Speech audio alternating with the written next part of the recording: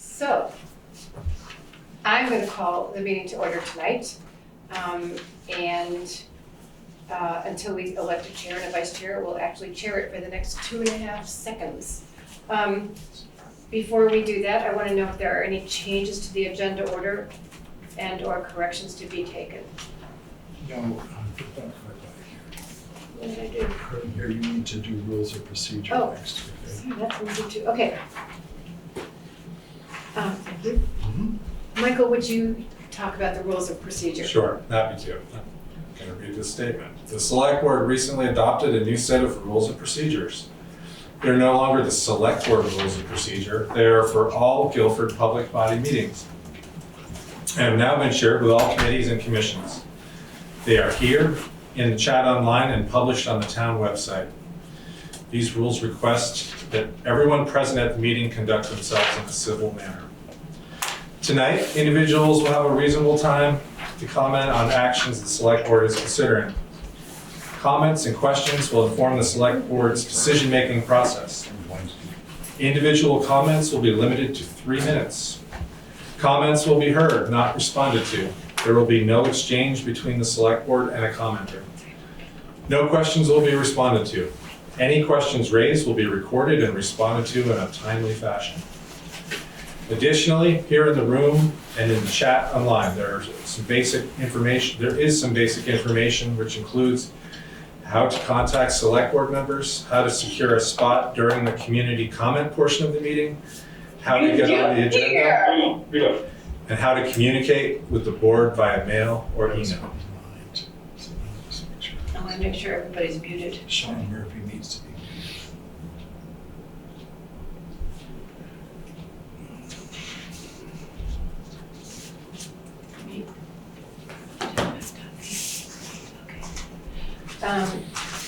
Thank you, Michael.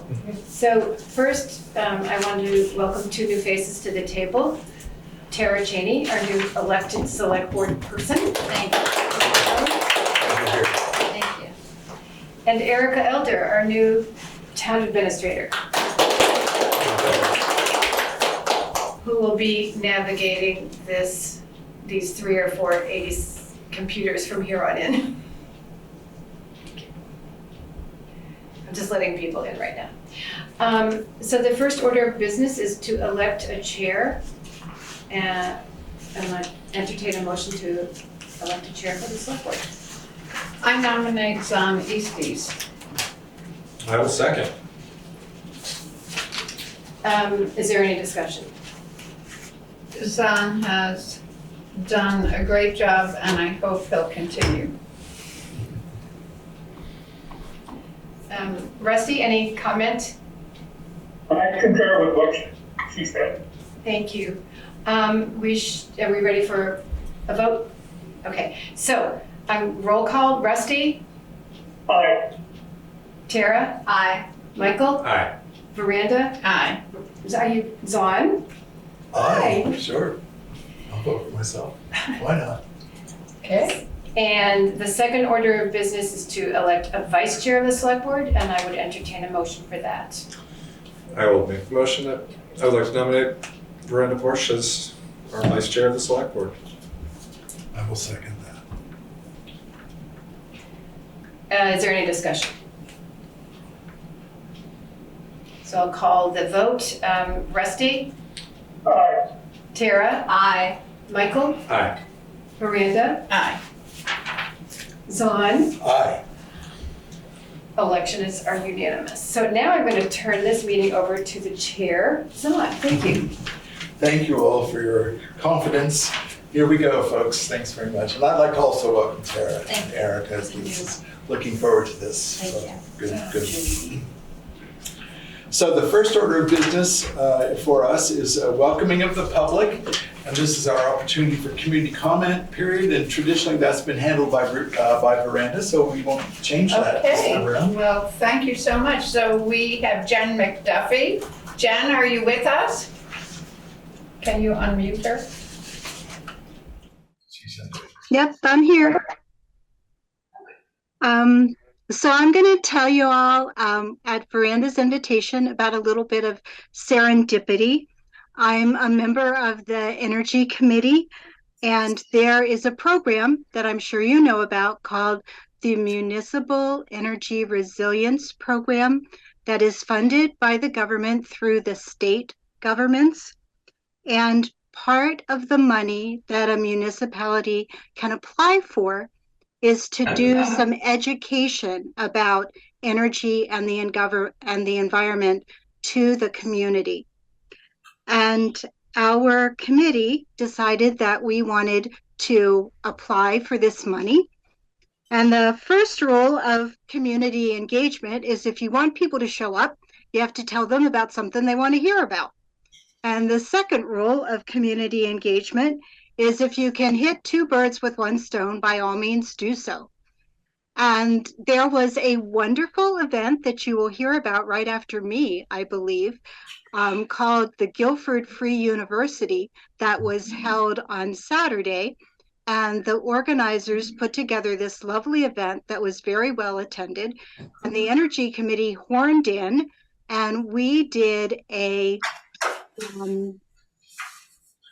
kind of a testing of everybody who attended the university to find out what topics on energy and the environment that they wanted to hear about. They were given 12 options that I had looked up someone who was able to give that talk. So they had 12 options. They were told to vote on 4 because with preliminary budget considerations, that's how many I'm sure we can afford to do. And so I'm going to tell you what topics won. There were 64 voters. With 43 votes, the town of Guilford would like to hear about gardens, edible, native, and pollinator. There were 35 votes for solar, thermal, and photovoltaic. And tied for the last 2 positions at 31 was modern wood heating and heat pumps. And then there was a tier 2 group that all got about 20 votes: air heat exchangers, green building standards, weatherization, and then tied was electricity offset and EVs. And then there were the last 3 topics that got less than 6, so they won't be in the running and I won't bother you with them. So that's my little report, and I just thought it would be nice to share. Thank you so much, Jen. Do you have another? Anna. Anna, are you there? I am. Can you hear me? Yeah. Yeah. I wanted to say welcome to Tara and Erica also. Exciting to have you guys. Yeah, I just wanted to Brenda asked if I had anything exciting to say, and I wanted to say I'm overflowing with gratitude right now for so many things in the past week. Town meeting, I felt I was really amped up that day. Just so excited to see everybody and experience connections with people that I haven't seen in a long time, and also that politically are different than me and that we could actually get along. And I've been, worried that that's not possible at times in the past couple years. And then I wanted to mention that I also was part of the Guilford Free University on Saturday, and it was just like crazy to see how many people came out. I think over 150 people all told. It was amazing at the VBCC. And that was organized by the Guilford Folk Group. Reagan, Nika, Grace, and John, kind of the core of that group. And a bunch of individuals came out and shared their skills and their hearts and their time, including Veranda for sure, a lot. And the Guilford Free Library, Guilford Center Stage, the Energy Committee, Historical Society, Guilford Cares, Neighborhood Roots, and all had representatives doing workshops and events there. So then there was a great potluck and shindig, emceed by Chuck and Mary, some really awesome singing and poetry and all sorts of wonderful things. So I just wanted to express gratitude that this community is still strong and amazing and loving and caring. And it's just good to remember that. Thank you so much, Anna. I think the participants at the Guilford University ranged in age from maybe like 2 weeks or 3 months or something like that to maybe I was the oldest person there at 77. Oh, I think there were people Older well into their 80s. Okay, great. Yes. You youngster, you. No, I just, I'm not supposed to comment on community comments, but Okay. go next time if you hear about it and you didn't have a chance to before. Teach something. Couldn't go. But yeah, great. Thank you all very much, both to Jen and to Anna, and to the community comment period. Let's see, changes to the agenda order. I don't know of any. I don't think there are any. Okay, we'll move ahead. Thank you. Next order of business is to approve the minutes from the last regular meeting of February 27th, 2023. I'd accept a motion. So moved. Thank you, Michael. Is there a second? I'll second. Thank you, Veranda. Any discussion here at the board? All right, I'll take the roll. Rusty? Aye. All right. Aye. Michael says aye. And Tara? Aye. And Veranda? Aye. And Zan says aye. Okay, those passed. Thank you. Next on the agenda is the updates and reports. This is the part of the meeting in which we just hear about information and things that we need to take care of kind of internally that we'll be hearing on a regular basis. The first item on the agenda is the statistical appraisal update from the state.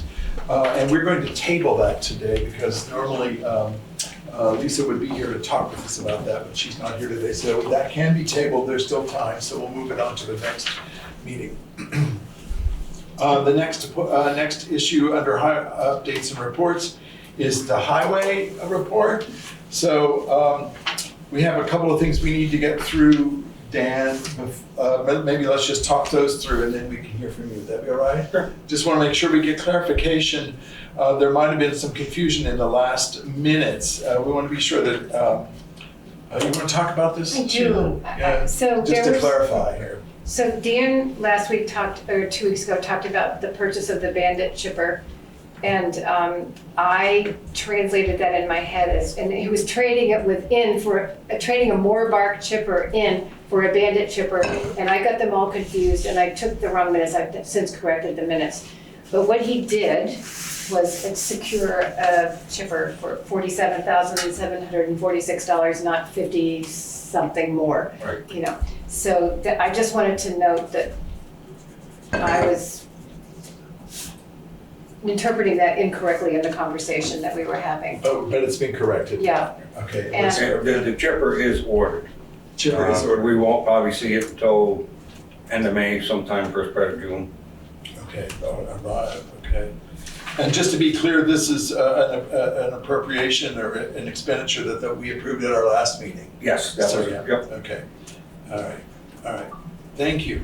And then Dan's gonna talk about the tractor Yep. mower. All And right. he could give his regular highway update at that time if Okay, that's. Dan. So Dan, yeah, go ahead, Dan. Well, last week, or the last meeting, we discussed purchasing a new tractor and over-the-rail mower. And I wanted to go look at the Kubota because Yeah, that's right. actually I went and looked at a John Deere that they had. The dealer thought they could get the John Deere, but they're gonna be not until October if we ordered one. And I don't wanna wait that long because I don't wanna put money in our machine. So we went, because the Kubota is on lot. I went and looked at it last Thursday. He came down another $1,550 or $1,500 on our trade-in. So the price is gonna be a little different. It's a pretty good tractor. I mean, it's the mower on it's pretty the state of art because you can bring the boom back this way, bring the boom all the way up, and that mowing head, you can rotate it. Oh. So we can bring the boom up by the front wheel, rotate it so we can, on narrow roads. It's still gonna take up some room, just because the way they are, I mean, they're wide. Even our tractor takes up room. But anyways, it's quite a tractor. And the cab, The cab is what they call a comfort cab on it. The cab looks humongous, but it's just, they fixed them so you got tons of room in them. So, I mean, and all the guys liked it. Great. So, I mean, I took Jimmy and Peter and Dickie, we all went up and Oh, I see. we tried it out. Ran it around the dooryard, so, All right. but the boys did like it.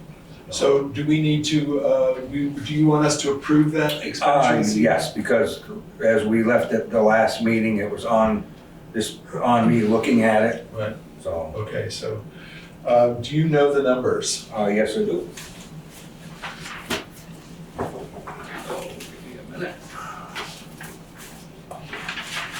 Paperwork. That one.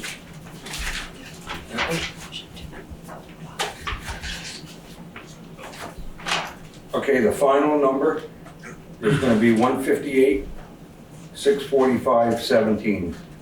And they're gonna give us 25,500 trade. 2,500. Yeah, our machine. 25,000. 25,000. 25,000. What's the final number?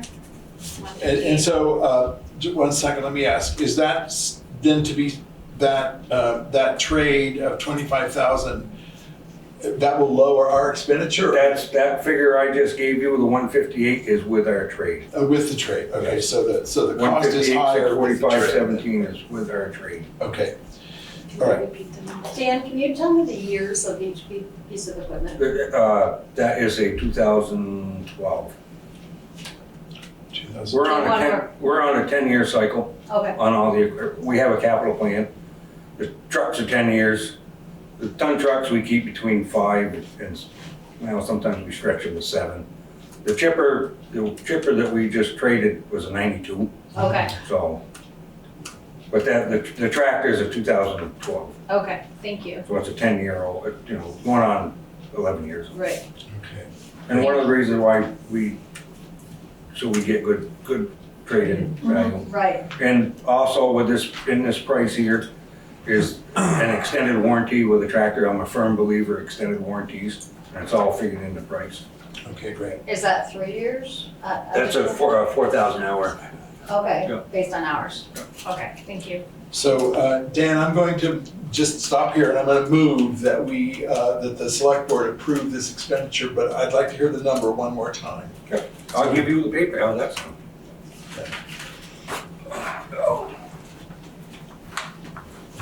That'd be that lower figure right there.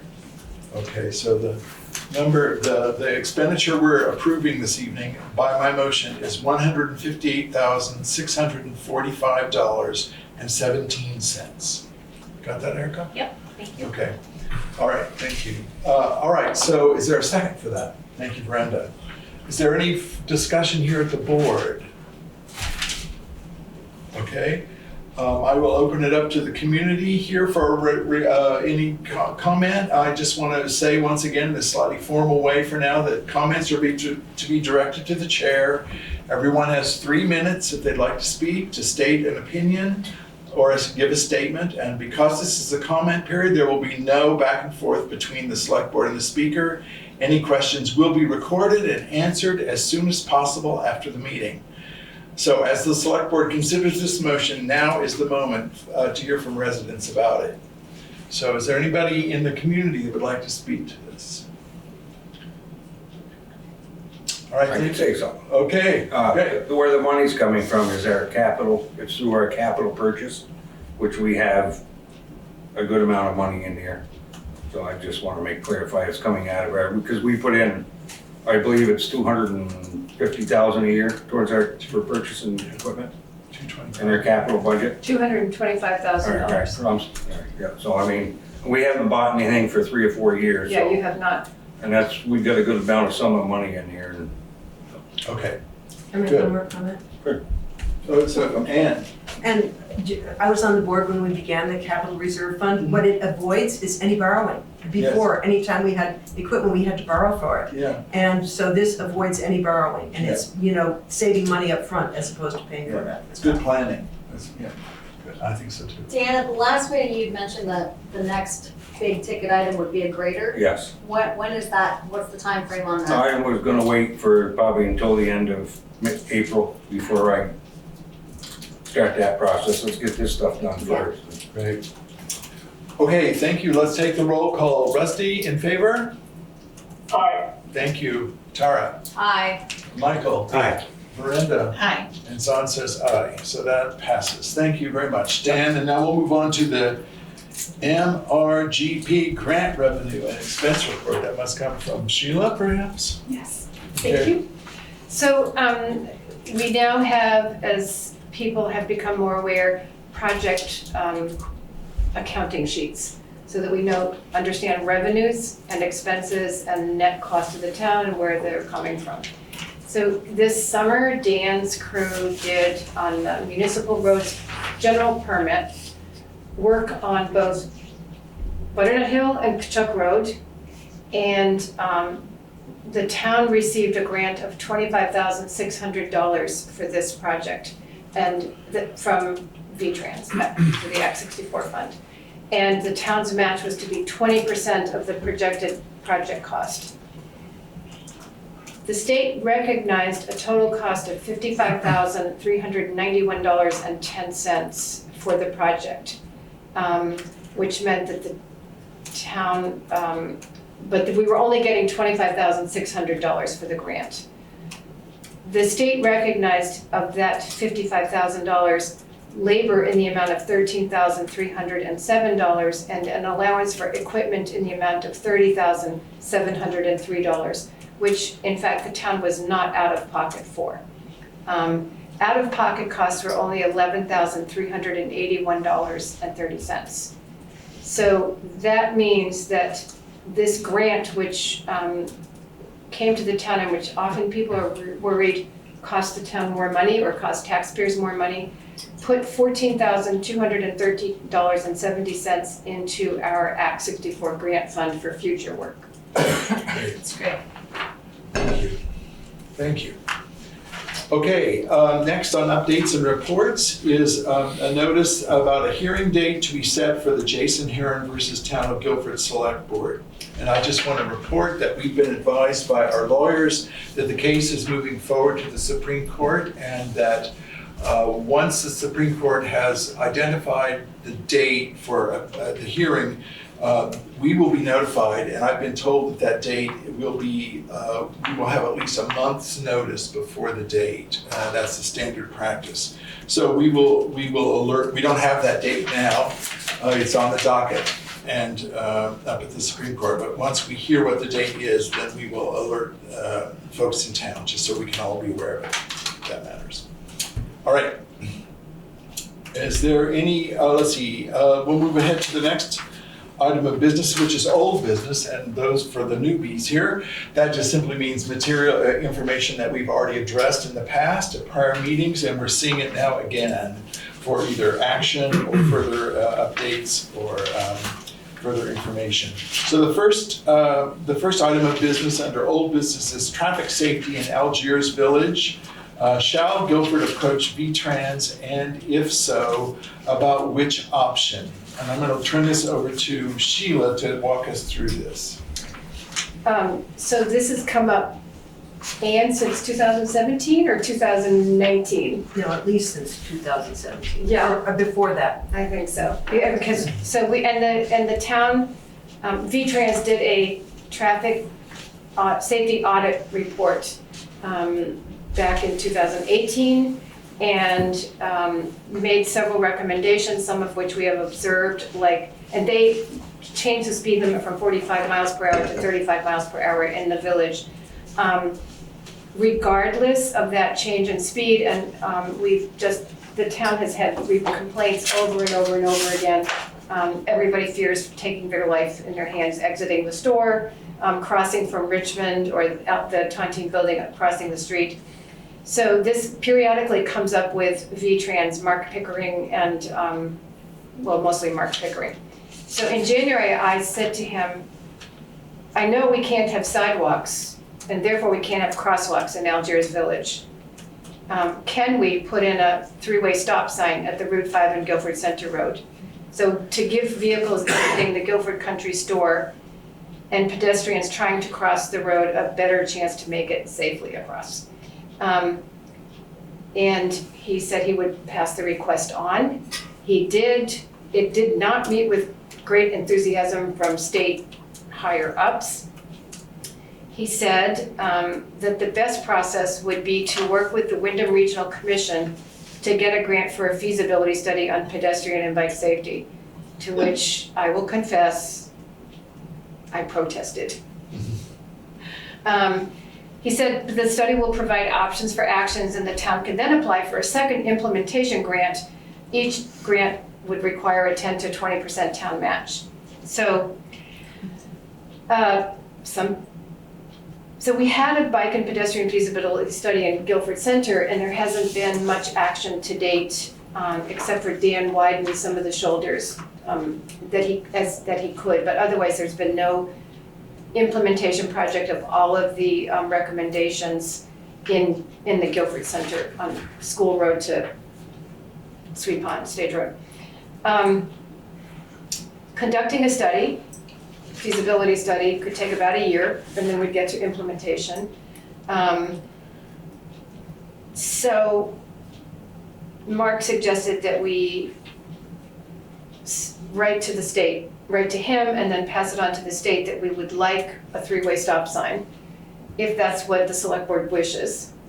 And saying that, he said there are good reasons not to pursue this, namely the big trucks that hurl through Algiers Village would be braking a lot at the stop sign and causing residents to be unhappy on a different level, for different reasons.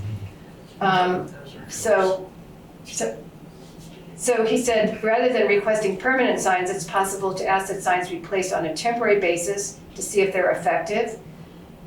He also suggested that we could use the radar speed alert signs reports that we have to substantiate any request that we might make. I asked him further about sidewalks, and he said the town can actually put sidewalks on the east side of Route 5 between the Woodcock House and the Bee Barn Road, that the town has that right of way there. His response to the possibility that perhaps residents A, wouldn't be happy, and B, would not take care of the sidewalk in the winter, which Dan knows a lot about, was the town has the right of way. We can do that. We don't have to go through any special, I mean, we'd probably have to get a permit or something like that, but you don't have to go through special hoops. And many towns write into their highway ordinance that it's the responsibility of the homeowners or the property owners to keep the sidewalks clear in the winter. Dan knows that the bridge is not owned by anybody, so he goes down there with a snow blower and does the sidewalk that covers the bridge, that goes from one end to the other of the bridge. No, it doesn't go across the bridge. I'm sorry, it's not a sidewalk, it's a crosswalk. A sidewalk, not a crosswalk, right. Okay, so you have some, and then I was gonna give you data, speed data, which Erica figured out how to do today. So we took January and compared January to September. So September was a month or so after the radar speed alert signs were put in. And at the Paul's Road location, Paul's Road in Route 5, 71,000 or 72% of the vehicles that traveled in the month of January went between the speeds of 31 and 45 miles an hour, which is not bad. 72%. 20% went from the speeds of 46 to 60 miles an hour. There were random people, like 14 people in the month went 76 to 80 miles, 27, went 20, faster. 71 to 75 miles an hour. Those numbers did not change significantly between September and January. It's 72% again, within that 31 to 45 mile an hour speed limit, and 18, not 19%. They went at the higher speeds with still with fewer going really much higher than that this in January. So, and in September, at La Roque and Coolidge Highway, the numbers were 85% or 30,000 vehicles going in the 31 to 45 mile an hour, and 10% going in the 46 to 60 miles an hour. That was almost the same 9% in January as opposed to 10% in September. So we have those numbers, but you might conclude from that that the speeding is not all that bad anymore. Possible to conclude that. So that's basically the report. That's the report. Now we have, what I understand we're trying to get at here is that there are potential options here for the select board to choose from, and one of the options could be nothing at all. Is that correct? Yes. Okay, so let's enumerate what the options are, just so. So the most comprehensive and the one that is preferred by VTrans is to apply for a feasibility study, pedestrian and bike study. Pedestrian and bike safety study. Get that done by VTrans, which they've got a lot of information, so it might not take as much. And then based on whatever the results of that study are, apply for an implementation grant. And the timeline for that is 12 to 18 or more months. The second is to ask VTrans to write a letter to VTrans to pass along to Montpelier requesting a three-way stop sign. And the third is to just wait and see if we have a really bad accident or something, do nothing. Do nothing. I have a question, which is that,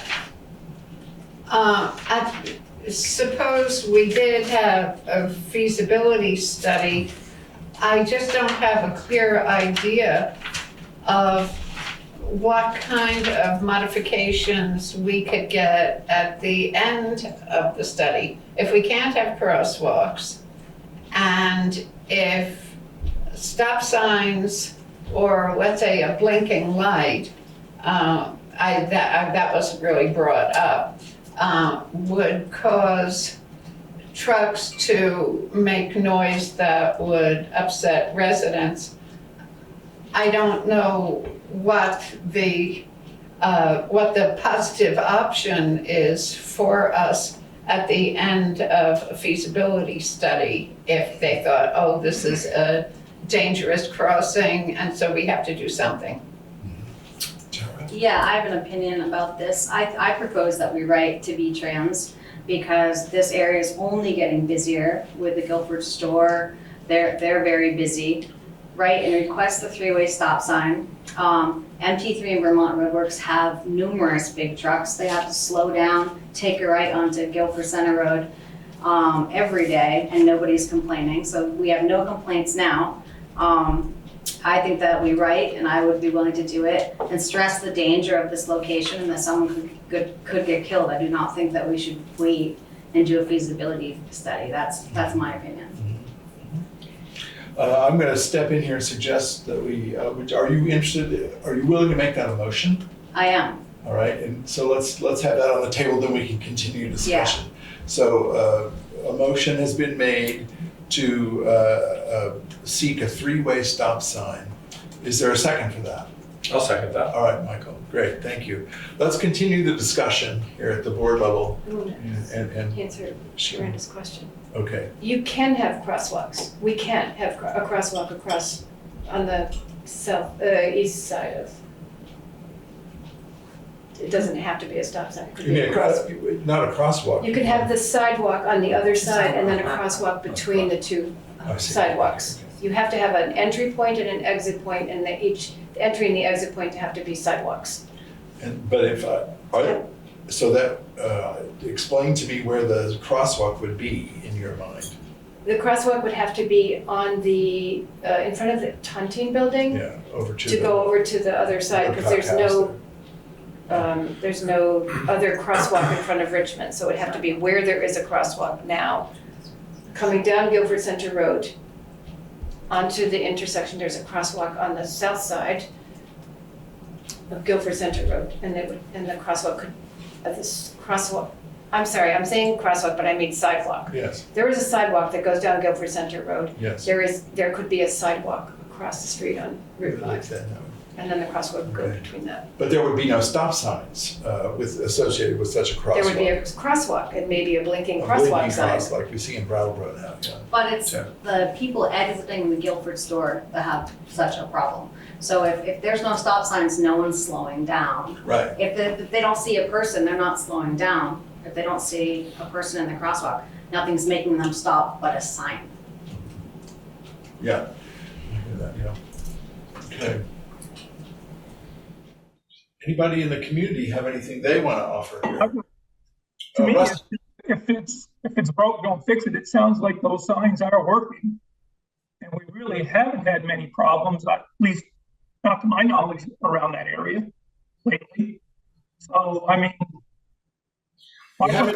You haven't had any accidents with cars or trucks. What we do, not to disagree with you, Rusty, I'm just clarifying that what we do here still is people are afraid to cross. That part is still there, yeah. Okay, yeah, but I hear what you're saying. Any other comments? I know you can't answer this necessarily, but are speed cameras, I'd like the board to look into the feasibility of speed cameras. Or if nothing else, a sign and a flashing light that says speed camera in use. They need to monitor it. Yeah. Speed camera. All right. Good. Thanks, Steve. We'll check that out. Any other comments? Yeah, just to be clear, this letter that's on the table, would it advocate for a temporary trial? Try it out, three-way stop, or That's a decision we can make. or is it permanent? I mean, My motion would be to have permanent stop signs. I mean, obviously we can debate that, Yeah, I wonder. but that's, I yeah. think You think think that that's that's the the best way solution? to go. I do think that's the solution. I'm into, We already have one, so we need two. you need two more. Yeah. And people would just have to get used to stopping there. It's a little strange to me that the traffic pattern is that then as soon as someone stopped going north, then 50 yards further, there's another entry of folks that's not governed by the stop sign, and that's the entrance and out and exit to the store. So I don't know how much of it, if that would bollocks things up. I don't have a sense of that. And I don't. I'm reluctant to complicate this, but given that it's kind of on a blind curve, it seems like stop ahead signs may be Yeah, necessary. in addition, yeah. And then you'd probably want to think about, do like they got on Canal Street, they got the stop sign that flashes to remind people that stop. It's there. Yeah, at least for a long time, yeah. I'm wondering whether we want to have a subcommittee, people who really feel strongly about working on this to explore what our options are. Like specifically, I'm thinking about, a few people going on location, Tara, with you and looking at what we've got now and what the ideal might be, and then perhaps writing the letter to VTrans with our more specific request. I just feel as if I don't know. I mean, it's very encouraging to me to have your voice in this conversation because you're in touch with your family and Mike Kachuk. That's representation that we haven't really had here as a sort of more than just distant hearsay, let's say. Thank you. But I still don't know enough about that intersection really to be dictating to Right. VTrans when they're not gonna like it to start with. I think that what we need to find out is where the placement of the stop signs should be, because I do not think that anybody can debate that pulling out of the Guilford store is not dangerous. We've all done it. So I think that's kind of a non-issue, and that would be in our favor to talk to VTrans. But I think the placement of the signs is what is a little Yeah. Sheila? up in the air. I want to say that this is very much on Mark Pickering's mind, the VTrans regional director. He travels this, he checks the intersection all the time. He and I have had probably 5 or 6 conversations since last April or August or something like that about this.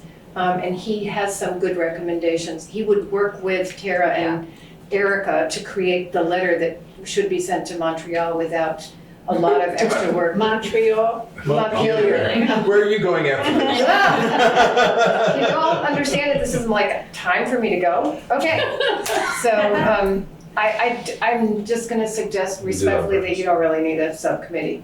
Oh, Just that it could be done with Mark. He's coming in on the 28th for a meeting here. well, I guess the main thing I wanted to request is that Tara get involved Yeah. with Mark Pickering, Yes. if you're okay with that. Absolutely, and I know him personally, so. Okay. Great. Could we invite Danny to the party? Sure. I'll be here that day anyway. He's invited, the 28th. And there's Ann. I'm not volunteering. Okay. And I want to remind people that Sarah is now the chair, Sarah Coffey is the chair of the Transportation Committee. Yeah. And I think she is very interested in this. Hers would be a good voice to have at the table. I think she's gonna be here that day. Oh, good, On okay. the Okay. 28th. Great. 28, all right, good. Steve? I would let the select board decide this, but if you're gonna have all the guns there, it might be good to have a little PR, just to let the town know that this is an issue and will continue to be an issue until it gets fixed. Make a note of that. When they see a picture, that sometimes helps. Okay, good. Well, we have a motion on the table Yeah. and we have to figure out how to, Well, I think we're gonna vote to see whether or not we want to do the notion of sending a letter to Montreal and see whether or not, and see whether or not they'll entertain a 3-way stop. And that will begin this conversation. you mean, I just want to understand. So this Yes. would be a preface to the conversation on the 28th? What about me reaching out to Sarah Coffey and Mark Pickering prior to the meeting? And, So No. that's been done. okay, we're yep, well along this process. What Mark is looking for is either a feasibility study or a letter. okay, And I think the letter can be drafted on the Megan Brunk and Mark are gonna be here. Sarah's coming on the afternoon of the 27th. We can, and the Tuesday, the 28th, she's gonna be up in Montpelier or maybe Montreal or something like that. But she's not gonna be here on the 28th. But we can discuss this with Mark on the 28th. At that meeting, it's a highway meeting, highway finance, highway everything. You should definitely be here if you can yeah, make it at 9 o'clock and draft something so that the select board could do it on okay, the next meeting, You could You mean author, this, letter would, so the select board meets again on the 27th. The highway meeting is on the 28th in the morning. So the next time the select board meets would be April. Yeah, that's next month. And you could draft a letter for approval by the select board in April that meets with, that Mark says has a chance of getting through someplace. so now what I'm hearing is we're potentially amending your motion so that it's not, we're gonna write a letter and send it now, but we're going to be involved in this discussion that will ultimately result in a letter that would be sent, that the board would approve at the first April meeting with a lot of touches in between there. Correct. Does that seem right? yes. Okay, so we need an amendment, that we need to amend the motion. Okay, I so move. All right, is there a second to that? Second. Thank you, Michael. Let's, do we understand that the amendment is that we would, it's essentially a change of the motion, but the letter will be written, but it will be ready to be approved at the first April meeting following a series of touches with various folks to make sure that the letter suits our purposes. All right, let's vote on this amendment. So Rusty, We went to, yeah, okay. Tara? Yes. All right, Michael? Aye. And Miranda? Aye. Hassan says aye. All right, now we have to go back and vote on the motion now, so that we can get this process rolling. Okay, so let's take the roll call on that. Rusty? Nay, All right, thank you. Are you saying nay or yay? no. No. It was a name before too. It was a nay before. Did we get that, Erica? That was not a yay, that was a nay the first time around. Okay, all right, then Tara? Aye. Aye. Aye. Miranda? Aye. And Zon says aye. Okay. Okay. All right, that's a lot of work there, folks. Thank you for that. That's good, solid work. You won't leave it. Thanks, Good Dan. night, Dan. Good night, Dan. Thank you very Good luck kindly. tomorrow. Thank you. Oh, yeah, The next- really. The next order of business for the select board on the agenda is the ARPA Awards update and balance. So let's wait Don't we have before the, before the second. Yeah. so I am reporting on the status of the ARPA revenues and expenses to date. The town received, Michael, could you check that? Oh, maybe Ellie just left. I think Ellen left. Okay. She just shut the thing. I haven't locked the door there, which I usually do, so. So between, in the last year and a half, the town has received $633,091.15 in ARPA grant revenues. $3,899.40 was a pass-through grant for the library. The library cannot apply for a grant independently, it has to apply through the town. And the first expense of the ARPA funds was to pass that money back to the library. ARPA funds have been spent on town business for the following things. $74,695 in prior loss grants. Those payments were made in April of 2021. $2,180 for the survey, the ARPA General Grants Survey. $20,000 went to the Guilford Community Park at the Guilford Community Church. $25,350 was awarded to the Guilford Recreation Club. $30,000 was awarded to DV Fiber. The Planning Commission received a grant of $45,000 to conduct a strategic planning project. The bid for that project came in at $37,570, and the invoice to date on that has only been $781. The Select Board awarded website and IT consulting grant totaling $10,000. Of that award, $1,325 has been spent to date.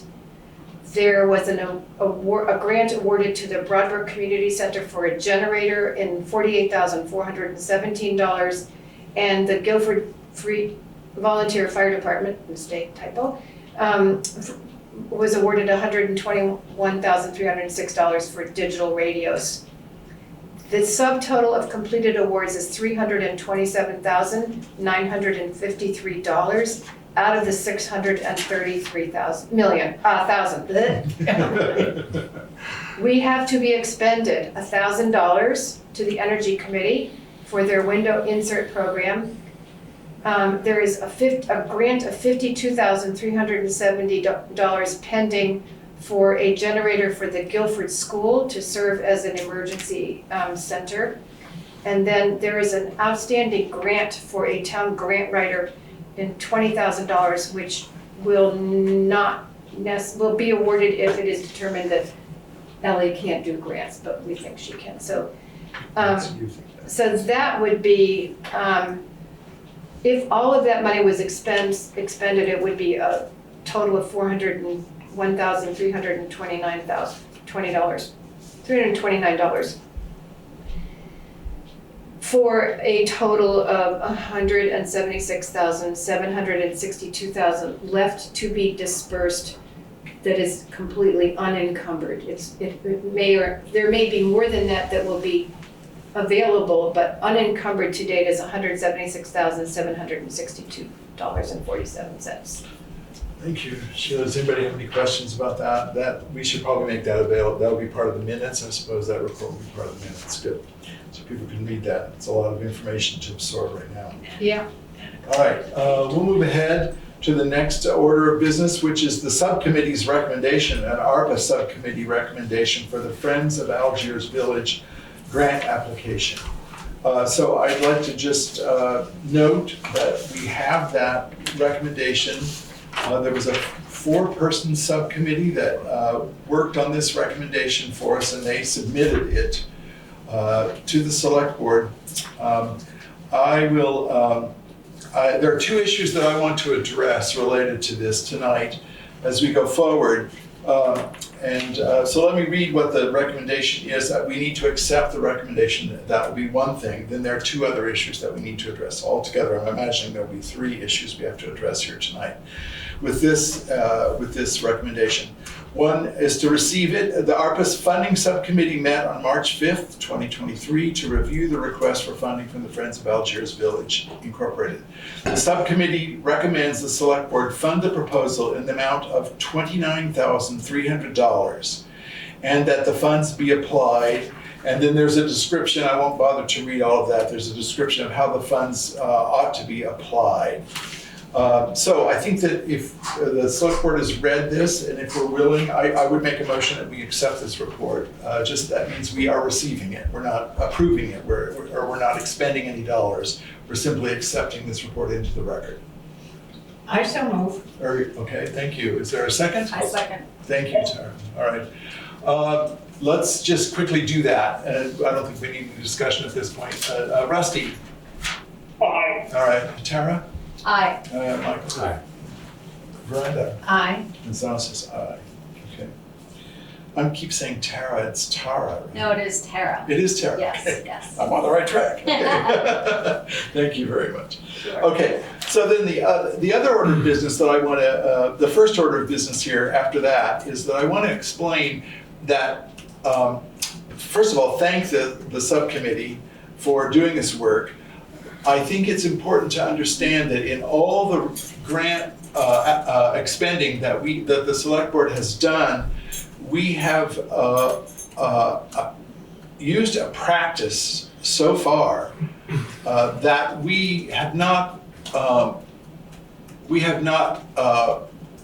conditioned how the money needs to be spent on any project.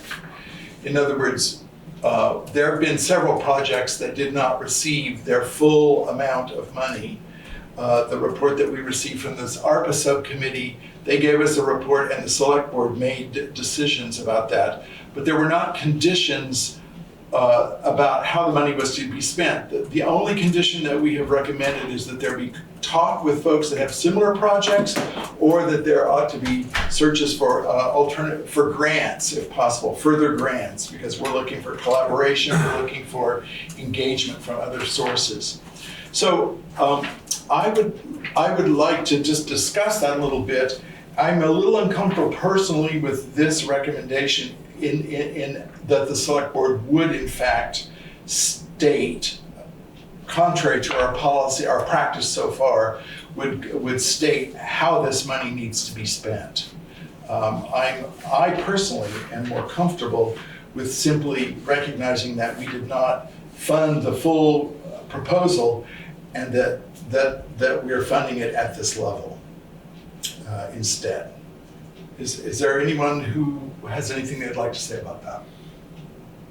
Well, I know that in grants that I've received that have been partially funded just in my professional work, I've had to figure out the priorities of how to do the work that I need to do with the allocation that I've been given. And, and then to find more money elsewhere. So, my preference would be for the select board to give the money that was allocated to the Friends of Algiers Village and let them decide what their priorities are to run what I think is a very essential, I mean, the Guilford store is an essential Guilford business. And I feel as if I personally would like them to be able to make those decisions about how to use the money. I think we should be consistent in our approach. As we have, you mean, as we've been so far? Yes. Yeah. Yeah, I will take some responsibility in the sense that it never occurred to me that, so I didn't charge the subcommittee in a particular way. It never occurred to me because we hadn't done it in the past that this might become that we might get a recommendation on how to spend the money. So, but looking back at our previous actions, I feel that this is consistent. We would be consistent if we chose not to recommend how the money is to be spent. I'd like to move that, actually. I'll move that and just get it on the table and move that we not change our practice at this point. You mean that we keep our practice And consistent? keep our practice consistent, yes. I would second that. All right, is there any further discussion? So what happened is that people were awarded and there wasn't a description of what they were awarded for? Is that correct? That's correct. That's correct. Okay. And somebody suggested that there should be a description. No, somebody, in this particular instance, as you read in our notes, there's a description of what the money should be spent on. So, and I'm asking the select board to consider that we not take that forward. We simply use our same practice, which is, in some cases, as we've seen these applications come forward, in some cases we granted full amounts as the application requested.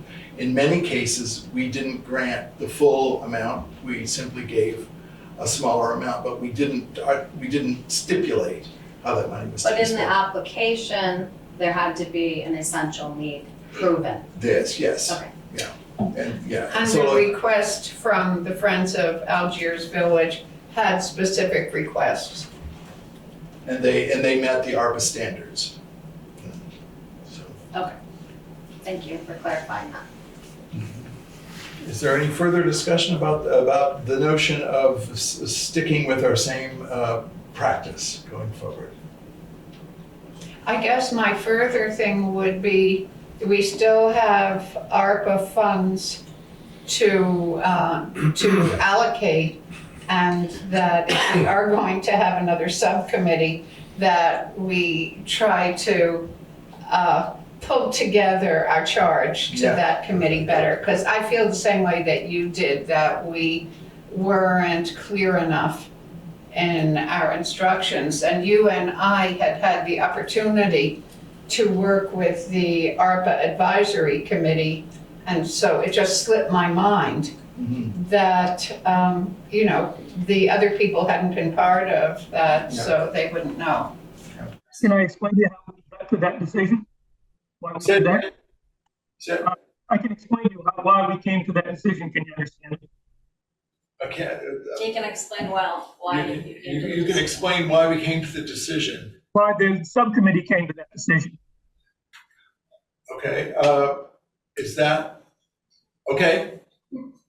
I'm not sure that will help us determine whether we need to stay with this policy. But we can hear it. But let's hear it. One thing was the store is already, the Friends of Algiers didn't get it, but the store got $40,000 already.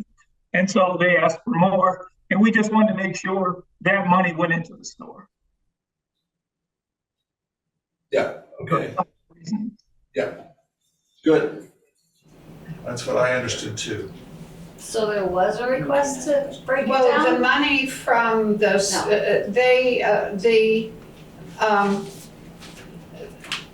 Guilford store was allocated ARPA funds previously, but that was part of prior losses. In other words, this grant, while the store, the Guilford store, received money before, that was under different management and also to deal with prior losses. This is really about going forward. And so the ad hoc ARPA committee, came forward with their proposal based on the fact that the Guilford store before had received, at least that's my understanding, I wasn't on that committee, but that they were taking that into consideration. Isn't that your sense, Rusty?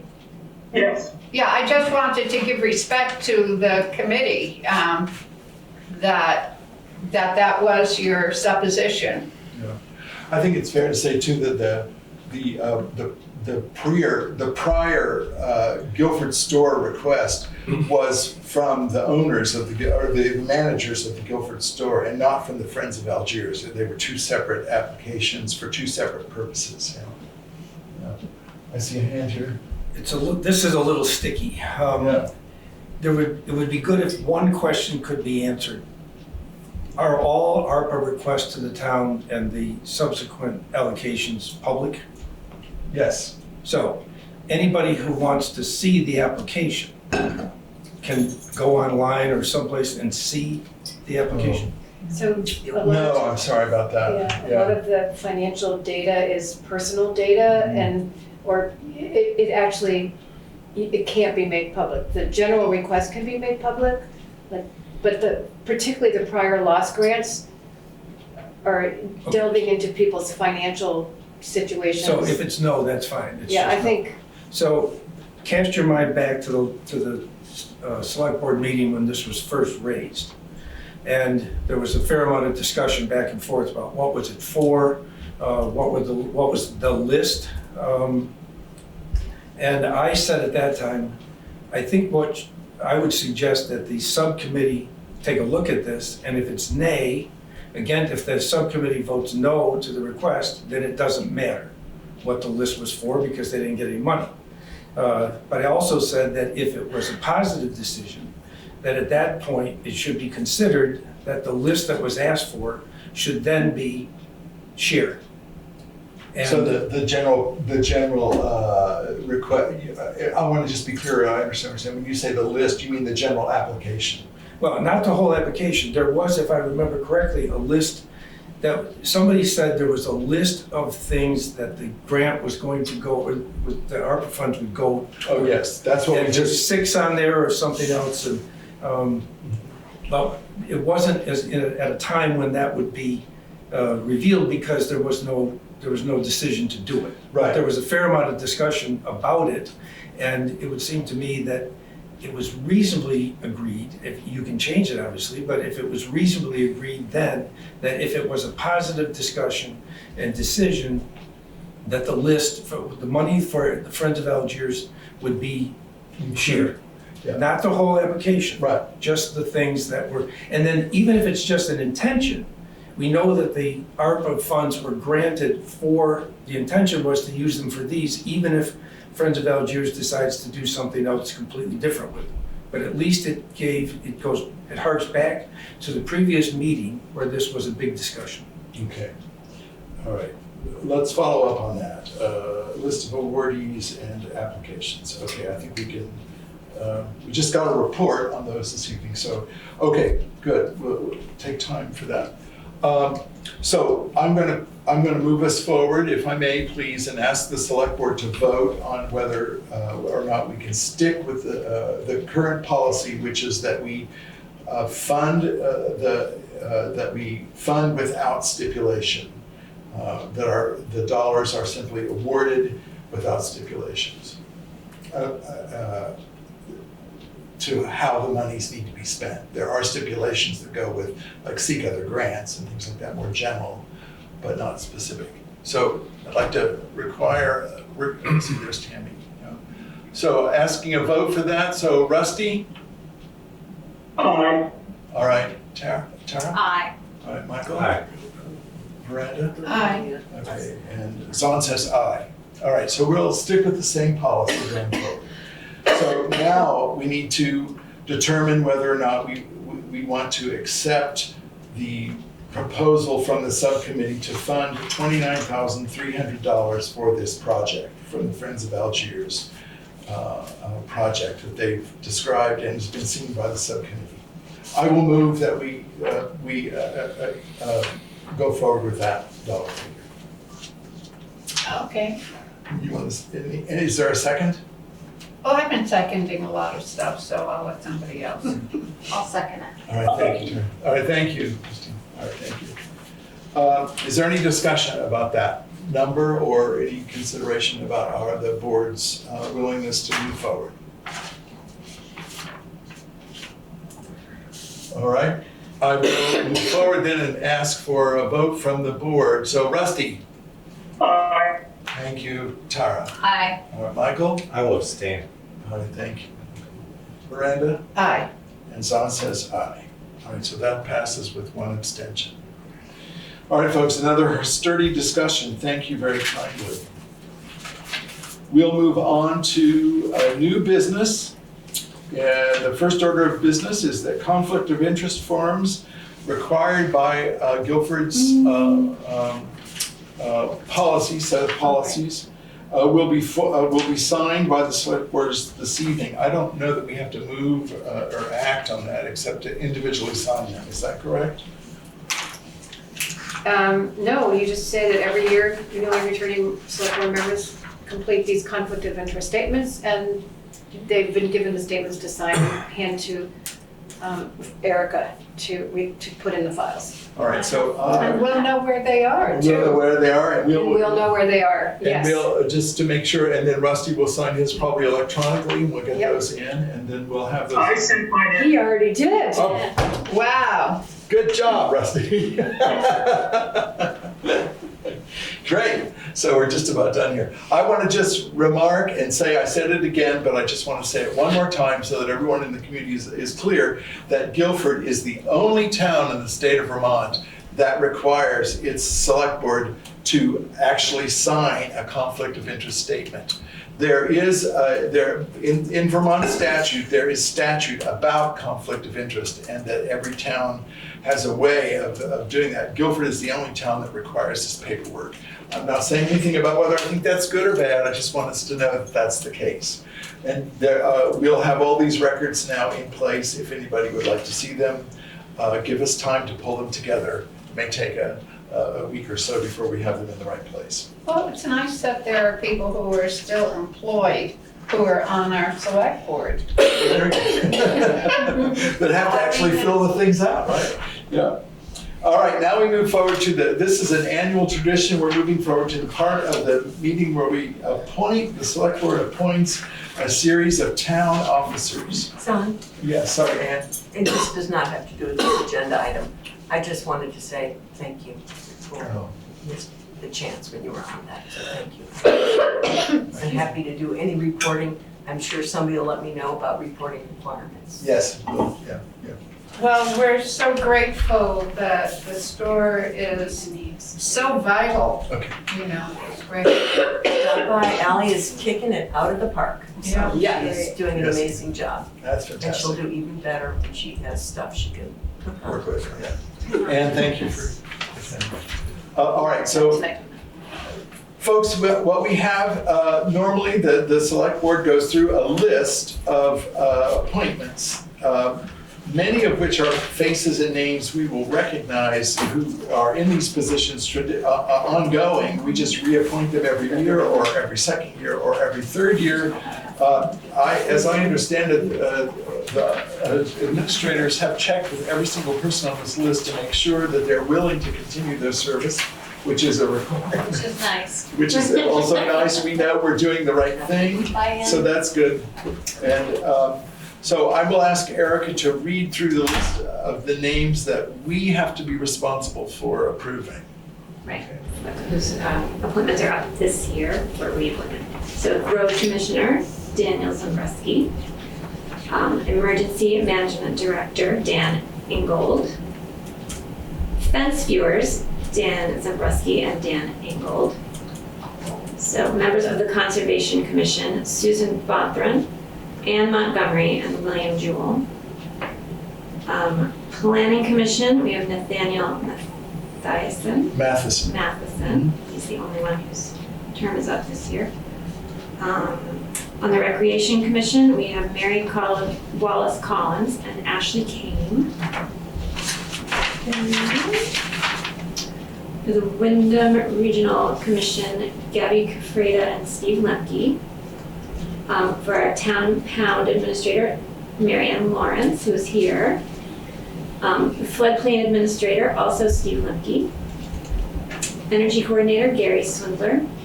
Green Up Day Coordinators, Jamie Durham and Jethro Eaton. Tree Warden, Dan Dombreski. Rescue Trustee, Gordon Little. DV Fiber Representative, Jason Black. Alternates being Lynn Pancake and Michael Becker. Our Wyndham Solid Waste Director, Michael Becker. And the one person on the Bullock Scholarship Committee, Catherine Mason. All right, thank you very much, Erica. So I would entertain a motion to appoint all of these people to their appropriate volunteer positions. I second. All right. Who moved? Oh, I'm sorry. Oh, you can How about you entertain the move? motion. How about you? I'll entertain the motion. Good, you move it then, all right. Move the motion. I'll second. All right, good. Okay, thank you very much. Is there any discussion here? I think the Rec Commission was still trying to solidify the membership of a few people so they can report back when they have solidified that. Good point, Brent. I also want to say that I know that the Planning Commission will be presenting 2 new names for the for our review at an upcoming meeting. So expanding that to 7 people. So yeah, and we occasionally do make appointments during the course of the year. It's not that all of this gets done, it's just handily done this evening, all of this now. All right, any discussion in the room? I see none. All right, so I will, Rusty, are you in favor of all this? Aye. Thank you, Tara. Aye. Now, Michael? Aye. Miranda? Aye. Zahn says aye. Thank you very kindly. Moving ahead in the agenda, we will be tabling the appointment and compensation of the delinquent tax collector. Not required to do this evening. It's not urgent, so we'll put that off to the next meeting. I see on the agenda relationship between the town and the Wyndham Southeast Supervisory. Is that district maybe? I think that's union. I think the new one is a district. It's a district. So All right, we'll we'll fix change that. that to a D. All right, so a relationship between town and Wyndham Southeast Supervisory District. I have a report from Sheila. So I think it was Connie Burton who asked about the relationship with the town and using the school last week at town meeting. So John Gagnon and I have been corresponding, agreeing that it makes sense to codify expectations and requirements and transfer knowledge going forward rather than just assuming that things are going to be the way they always have been. So the next step is John is going to be in touch with Mark Spino, and then he'll get back to us, and then there will be something for the select board to approve. Okay. Period. Do you imagine it will be what, like a memorandum of understanding or something like that? Okay. All right, thank you very much. Is that about the relationship of our school to civic life in the town? Yes. Okay. So can the town, under what circumstances can the town of Guilford use the school? It's been the habit that it uses the school for town meeting. No, I understand. It is agreed that the school can be used as an emergency center, Right. but it's not in writing. No, Well, okay, I so, thought part of the question was, could members of the community or organizations inside the community use the school? There is a building request form that anybody can file with John, with the school administration and fill that out, but there are other larger things that have to do with the town. Okay, all right. yeah, So, that's great. so that note, the question that Connie asked, could it have been answered with this building request form? Potentially, if let's say Maybe, she. yes, if that's what you wanted, yeah. I see, okay. All right. Okay, let's see, we'll move ahead, folks, to the, next on the agenda is the warrants under finance. So, Okay, Miranda, I'm assuming you'll be willing to do this another year. Oh, yeah, but maybe somebody else will want to do it. let's see how we do. Well, you do it tonight. I'm happy to carry on unless there's a better offer. Okay. Okay, I move that we pay the following warrants. Payroll week 3/5/23 for the sum of $8,431.00. Week 3/12/23 for the sum of $8,135.72. Expense warrant number 2217 for the sum of $211,832.48 for the sum of $225,399.20. You're reading my handwriting incorrectly, it's 228,000, and you Oh, can be excused for No, not I reading it. spilled tea on it, so I'm sorry. As well, It was a right? collaboration. Sorry, It was a everybody, let me collaboration. do that Oh again. my goodness. $228,399.20. I wouldn't want anybody to. I second the motion. All right, is there any discussion? Yeah, I mean, as you heard during our meeting, $170,504 was being paid out to ARPA grantees. Insurance among the general inspection expenses. I think I've gone to Montreal with Sheila. The general expenses were largely under that category were insurance related for $12,838, and highway expenses for gravel, salt, and equipment repairs came in for $28,490.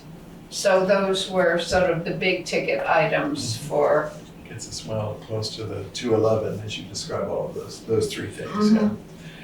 All right. I just want to make Yes. a note that I want to make a proposal about yes. the warrants at the next meeting. Good. Great. Good term. Thank you. We'll look forward to hearing that. Rusty, are you in favor of paying the warrants? I sure am I. Thanks very much. Okay. All right, Tara. Aye. All right, Michael. Aye. Miranda. Aye. And Son says aye. Thank you very much. I don't think there's any other business this evening that we have to entertain, so we'll move along to communications. And on the agenda, there are 3 listed, but we have 4 to talk through this evening. So I'm going to ask Michael to run us through the communications. We had a letter from a citizen regarding the published content of our select board meeting agenda, on our select board meeting agendas. I may need a little help filling in the gaps there, but we're consulting with VLCT and will accommodate where appropriate. Anyone like to add anything to that? I will just note that tonight's agenda is an attempt toward in that direction. We try to bring some of what we understand so far into good greater level of detail and so forth. Yeah. Okay, and then we had a letter from a Guilford citizen asking a question about election practice. Specifically, can one citizen run for 2 different select board seats? And from what our understanding is that that is possible to do. And we also would just like to remind everyone that the select board has very little jurisdiction over the election process. It's primarily a town clerk function. We received a letter from an attorney about a property dispute. It is largely information that we have seen before. We are consulting with our legal team to see if there are any additional actions to take, but our understanding is that this dispute is primarily outside of the purview of the select board. But we will look into it and check with our lawyers and find out if there are any additional actions to be taken. And finally, there's one additional letter from Kelly Young at the WSESD, Wyndham Southeast Supervisory District, letting the board know that WSESD is looking for a candidate from Guilford who would be interested to serve on a new, independent budget review committee. And if there are any citizens who would like to be involved with that, we would appreciate a letter of interest. Is there a job description for that? Not that we have. Okay. No. But I think it's primarily to oversee all things budget related within the school district. So please be in touch. We need volunteers. Sheila? Yes. When you're finished, so this town administrator does not have a copy of that request, which it should be on file. So I don't know if it came to you. It came to all of us. It's in the folder. Okay, I didn't see it in the. It might pop there this afternoon. Yeah, I think I printed it out from there, the folder, this afternoon. And the other thing is just to go on record that the question that the attorney raised was answered back in November by our attorney. So on the property dispute, just to make sure we got a very clear answer from the attorney back November 21st, and it was addressed at the meeting of the select board on November 28th. So we will review all of that and see whether or not there's any, if this letter comports fully with that, or if we need to do anything else. All right. Okay. Yeah. As I put my hand up, I realize you're not supposed to ask questions, but there No, was something to do with, ask questions. We may not answer it tonight, but we'll get you an answer. well, it was to do with that property dispute. Wasn't that dispute about actual town road and improvement to a town road? And so how would that not be town business? Well, I think the easy way to say it, take a moment here. The easy way to say it is it's town business, but it's town business that we've already acted upon. And so as far as we can act, it's a boundary issue. And so as far as the select board can act, we have acted. That's what our understanding, and that's what we're checking on to see. So yes, it is our business up to a certain point, and then it becomes a boundary issue between the two owners of the property. I guess I didn't understand when they came. I was thinking it was like he wanted to improve the existing road that went up there. And there was back and forth between whether they were going to or weren't. And I think I think we're on the same page. That's all right, but what we discovered was that we don't have the select board doesn't have jurisdiction in the areas that they were requesting. We acted as far as we could. Yeah. Okay. All right. So thanks for asking. Yeah. Mm-hmm. All right, Thanks for folks. answering. I'm just going to walk through as we do at every meeting. I'm going to walk through the actions that we took at our previous meeting, and then we will go through the actions that we have taken this evening. At our previous meeting, we approved the minutes of February 13th. We approved the purchase of a chipper, and it was clarified this evening further. We approved revised procurement policy to include Sourcewell as part of the project for procurement. We accepted a grant application for the Friends of Algiers and forwarded it to a subcommittee. We agreed to forward a draft of the personnel policy to Vermont League of Cities and Towns, which we did do and discovered that they don't provide that service anymore, and that advised us that we speak with an attorney, which we are in the process, yeah. We approved the warrants and we approved the salary adjustment for a town employee. That's what we did at our last meeting. Tonight, we approved the minutes. I will walk through this and make sure, watch me careful here. We approved the minutes. We authorized via motion for Dan to purchase a. Elected the chair and the vice chair. Oh yeah, at the very beginning, thank you. I'm gonna go back a little bit. At the very beginning, we elected a chair and a vice chair for the select board for the ensuing year. I will continue as chair, Miranda will continue as vice chair. Then we approved minutes, thank you.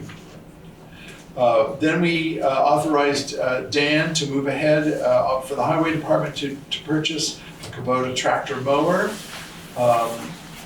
We made a motion to develop a letter for traffic safety in Algiers that will be looked at our next meeting. We Next April meeting, good night. yeah, at the first, thank you, at the first April meeting, thank you. Note that you're gonna be Yes, coming. I'll be That's meeting good. at the highway department meeting at 9 a.m. the day, on the 28th. Okay. And then we did 3 motions related to the Friends of Algiers grant application. One was we received the grant, we received the recommendation of the subcommittee. We committed ourselves to continuing with the policy of non-stipulation about monies being spent. And the third was that we approved a grant of $29,300 for the Friends of Algiers.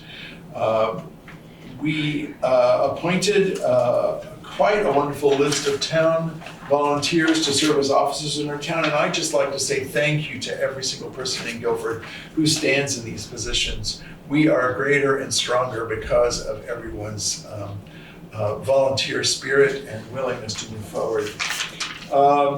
Then the next thing we did was we approved warrants. Do we have to count the conflict of we signed? Yes, we didn't, no, thank you, we didn't take action on that. So we did it, yeah.